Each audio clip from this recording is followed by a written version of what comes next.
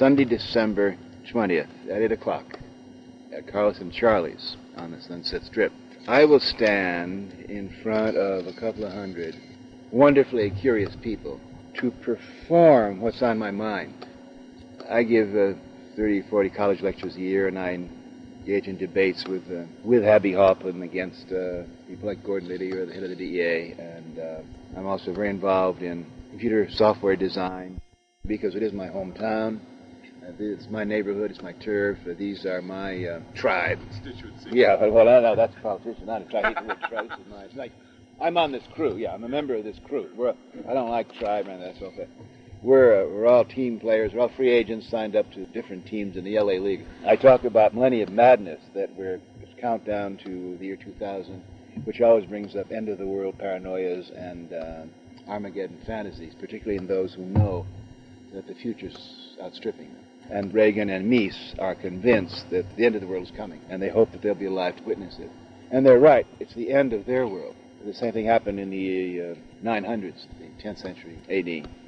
Bitter religious warfares between the Arabs and the Christians, and they're always persecuting the Jews as they are now in the Middle East, and the East Bloc, the Russian Orthodox Church against the Western Church. The same doom and gloom scenarios. My advice to all of us is during the next 12 years, who, more than anyone else, is better prepared to pilot and guide ourselves through 12 years of total hallucinatory madness? Those who've had some experience in altered states, in other words, us. So it's up to us to be calm and cool. We know how to keep at least 1 foot on the ground. We know how to look far, far ahead for navigational coordinates. And we know how to give the wheel a push now and then when it needs that. So we're going to play a very important role in pointing out the absurdities, reassuring people that it is the death of the old world, but it's the birth of the new world. And once you say that, I think everyone catches on, that is prepared to catch on. I talk about the roaring 20th century, which was the most exciting century, I think, in our history, the last century of this millennium, which took us from a society of farmers and factory workers, mechanical civilization, into the cybernetic world of electrons and packaging thought, communicating in terms of screens and films and compact discs. My performance is wonderful for this group because I'm just saying what's on everybody's mind. This is my job to do that. Like Bob Dylan was in the 60s. He just, lyric after lyric. Ain't gonna work in Maggie's Farm no more. Don't follow these Watch Your Park meetings.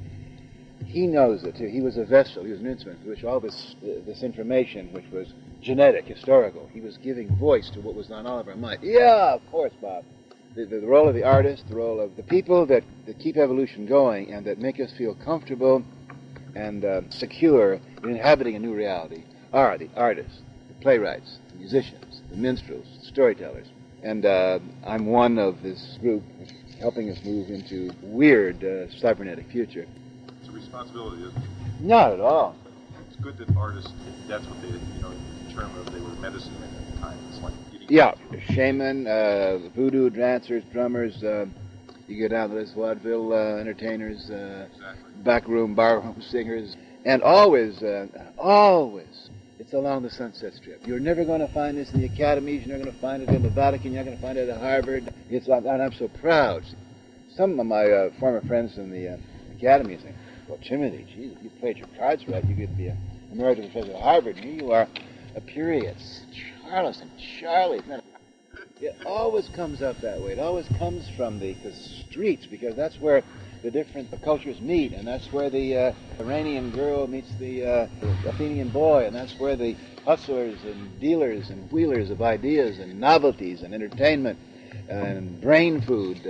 It's always been that way. The music halls and the vaudeville and the songs and the jokes. Greatest insight you get into the Soviet Union has been the jokes, because that tells you what's people's minds. Graffiti. These performances at Carlson Charlie's are preparing them for some sort of a cable, HBO-type hour package.